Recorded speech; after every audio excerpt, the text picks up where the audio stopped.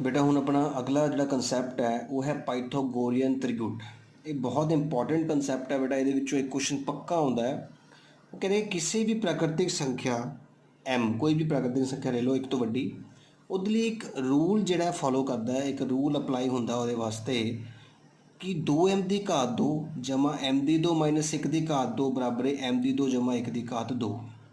ਉੱਦਾਂ याद करना बहुत औखा है बेटा, पर इन्हू थोड़ा कोरिलेट करते हैं। तुहानूं याद होएगा पाइथागोरस थ्योरम बारे 7वीं क्लास ਦੇ ਵਿੱਚ ਤੁਸੀਂ ਲਾਈ ਸੀਗੀ। 7वीं क्लास ਦੇ ਵਿੱਚ ਸਾਡੇ ਕੋਲ 6ਵੇਂ ਅਧਿਆਏ ਦੇ ਵਿੱਚ ਕੁਝ ਕੁਐਸਚਨ ਸੀਗੇ ਜਿਹਦੇ ਵਿੱਚ ਅਸੀਂ ਫਾਰਮੂਲਾ ਲਾਇਆ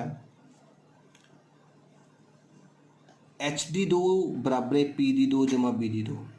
पाइथागोरस थ्योरम होंदी है कि तीन संख्यावां दे वर्ग करके जे कोई दो संख्यावां दे वर्गां दा जोड़ तीजी दे वर्ग दे बराबर आ जाए तो उसनूं आपां पाइथागोरस थ्योरम बोलदे सीगे।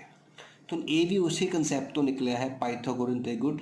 ये भी दो संख्यावां दे वर्गां दा जोड़ तीजी संख्या के वर्ग के बराबर आ रहा है, इस करके इसनूं पाइथागोरियन त्रिगुट बोलते हैं आपां।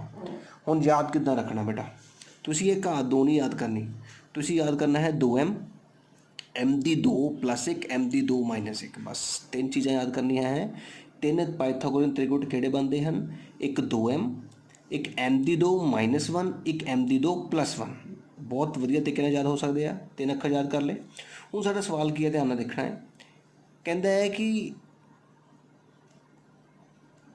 पाइथागोरियन त्रिगुट लिखो, मतलब तिन्ने पाइथागोरियन त्रिगुट आपां लिखने हैं फाइंड आउट करके जिसका एक मैंबर दिता है। हुण सानू थोड़ा पता है कि ये मैंबर 2m है।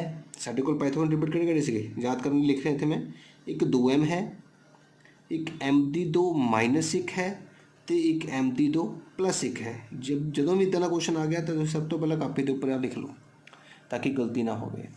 हुण सानू नहीं पता कि जिहड़ा 6 है वो 2m है जां m की 2 माइनस 1 है जां m की 2 प्लस 1 है। तो असीं की करना है, 6 नूं तिन्नां दे बराबर रखना बेटा। उन्हें क्या एक मैंबर, कोई भी मैंबर हो सकता है। तो मान लो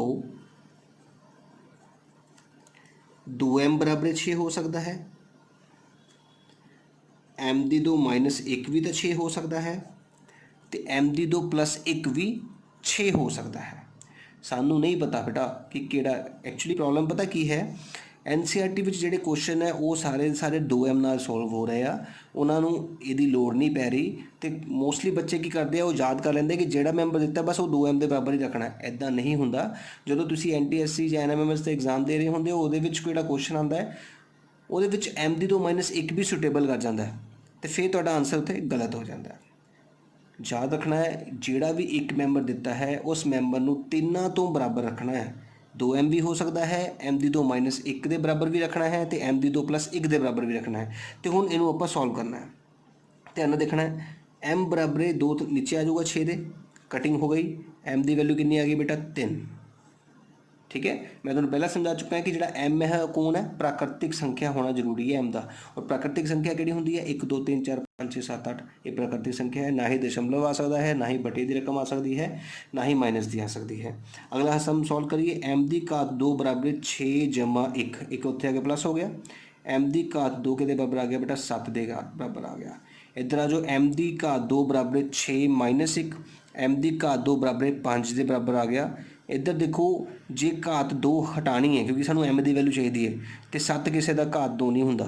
आपां याद किया सीगा, 1 हुंदा है 4, 1 तो बाद 4 आंदा है, 4 तो बाद 9 आंदा है, क्योंकि 1 की घात 2 1, 2 की घात 2 4। तो ये संख्या जिहड़ी है साडी सही नहीं निकली। m की वैल्यू जिहड़ी है वो वर्गमूल च आंदी है। देखो इधर m कितना आएगा वर्गमूल 7, क्योंकि जो घात 2 तो शिफ्ट करते हैं तो आप वर्गमूल लगती है। ठीक है, तुसीं बस ये ध्यान रखना कि इधर जो रकम आया वो किसी की घात 2 बन रहा है, वो वर्ग संख्या है।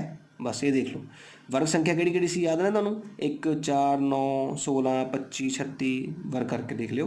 तो ये वर्ग संख्या नहीं है, इस करके इस असीं नहीं लै सकते। ये भी वर्ग संख्या नहीं है, इनू भी असीं नहीं लै सकते। तो फिर किहड़ी संख्या लवांगे, m बराबर 3 ही लवांगे। ये साडा काम एक्सट्रा जरूर होया है, पर यह पता होना बहुत जरूरी है बेटा। हुण m की वैल्यू तुहानूं फाइनली 3 मिल गई। हुण पाइथागोरियन ट्रिपलेट्स किहड़े सीगे, पाइथागोरियन त्रिगुट साडे कोल सीगे 2m, m की घात 2 माइनस 1, m की घात 2 प्लस 1, यही सी ना। ਹੁਣ ਤੁਸੀਂ ਕੀ ਕਰਨਾ है m ਦੀ ਵੈਲਿਊ ਭਰਨੀ ਹੈ 3 2 ਗੁਣਾ m ਕੌਮਾ m ਦੀ ਖਾਤਰ 3 ਭਰ ਲਿਆ ਨਾ 3 ਦੀ ਘਾਤ 2 ਮਾਈਨਸ 1 ਕੌਮਾ थोड़ा दूर दूर कॉमा पाओ 3 ਦੀ ਘਾਤ 2 प्लस 1 3 दूनी 6 कॉमा 3 ਦੀ ਘਾਤ 2 ਹੁੰਦਾ 3 ਤੀਆ 9 माइनस 1 कॉमा 3 ਦੀ ਘਾਤ 2 3 ਤੀਆ 9 ਜਮਾ 1 ਤਾਂ 6 8 ਤੇ 10 ਤੁਹਾਡੇ ਪਾਈਥਾਗੋਰੀਅਨ ਤ੍ਰਿਗੁਟ ਹੋਣਗੇ ਜੋ ਅਸੀਂ ਫਾइंड आउट ਕਰਨੇ ਸੀਗੇ। ਸਮਝ ਲੱਗੀ ਬੇਟਾ ਜਿਹੜਾ ਵੀ ਸਾਨੂੰ ਵਰਡ ਦਿੱਤਾ ਹੈ ਉਸ ਨੂੰ ਅਸੀਂ ਤਿੰਨਾਂ ਦੇ ਬਰਾਬਰ ਰੱਖੀਏ ਤਾਂ ਜ਼ਿਆਦਾ ਬੈਟਰ ਹੈ। NCERT ਵਿੱਚ ਜਿਹੜੇ ਸਵਾਲ ਨੇ ਉਹਦੇ ਵਿੱਚ ਅਸੀਂ 2m ਦੇ ਬਰਾਬਰ ਹੀ ਰੱਖ ਕੇ ਆਨਸਰ ਕੱਢ ਰਹੇ ਹਾਂ ਔਰ ਉਹ ਨਿਕਲ ਰਿਹਾ ਪਰ ਫਿਰ ਵੀ ਮੈਂ ਤੁਹਾਨੂੰ ਇਹੀ ਕਹੂੰਗਾ ਕਿ ਹਮੇਸ਼ਾ ਤਿੰਨਾਂ ਦੇ ਬਰਾਬਰ ਰੱਖ ਕੇ ਦੇਖਿਆ ਕਰੋ। ਜੇ ਬਾਈ ਚਾਂਸ ਇੱਥੇ ਵੀ m ਦੀ ਘਾਤ 2 ਬਰਾਬਰ 16 ਆ ਜਾਂਦਾ ਤੇ ਉਹ 16 ਦਾ ਵਰਗ ਸੰਖਿਆ ਕਿਹਦੀ ਹੈ 4 ਦੀ ਤਾਂ m 4 ਬਣ ਜਾਂਦਾ ਤੇ m ਨੂੰ 4 ਲੈ ਕੇ ਦੁਬਾਰਾ ਤੁਹਾਨੂੰ ਪਾਇਥਾਗੋਰੀਅਨ ਤ੍ਰਿਗੁਟ ਕੱਢਣਾ ਪੈਣਾ ਸੀਗਾ ਬੇਟਾ। ਇਹਦਾ ਇੱਕ ਆਨਸਰ ਨਹੀਂ ਦੋ ਆਨਸਰ ਹੁੰਦੇ। ਇਸ ਕਰਕੇ ਮੇਰਾ ਸਮਝਾਉਣ ਦਾ ਇਹੀ ਕਾਰਨ ਹੈ ਕਿ ਤੁਸੀਂ ਸਿਰਫ 2m ਦੇ ਬਰਾਬਰ ਨਾ ਰੱਖਦੇ ਹੋਏ ਤਿੰਨਾਂ ਦੇ ਬਰਾਬਰ ਰੱਖੋ। ਜੇਕਰ m ਦੀ ਵੈਲਿਊਜ਼ 2 ਆ ਜਾਂਦੀਆਂ ਨੇ ਤੇ ਦੋਨੇ ਵਾਰੀ ਪੁੱਟ ਹੋਣਗੀਆਂ ਦੋ ਆਨਸਰ ਕੱਢਣੇ ਪੈਣੇ ਪਾਇਥਾਗੋਰੀਅਨ ਤ੍ਰਿਗੁਟ ਦੇ। ਪਹਿਲਾਂ m 3 ਭਰ ਕੇ ਫਿਰ m ਜਿਹੜੀ ਰਕਮ ਆਊਗੀ ਉਹ ਭਰ ਕੇ। ਕੋਸ਼ਿਸ਼ ਕਰੂੰਗਾ ਤੁਹਾਨੂੰ ਇੱਕ ਕੁਐਸਚਨ ਮੈਂ ਵਿੱਚ ਕਰਾ ਕੇ ਰਹੂੰਗਾ। ਠੀਕ ਹੈ ਬੇਟਾ।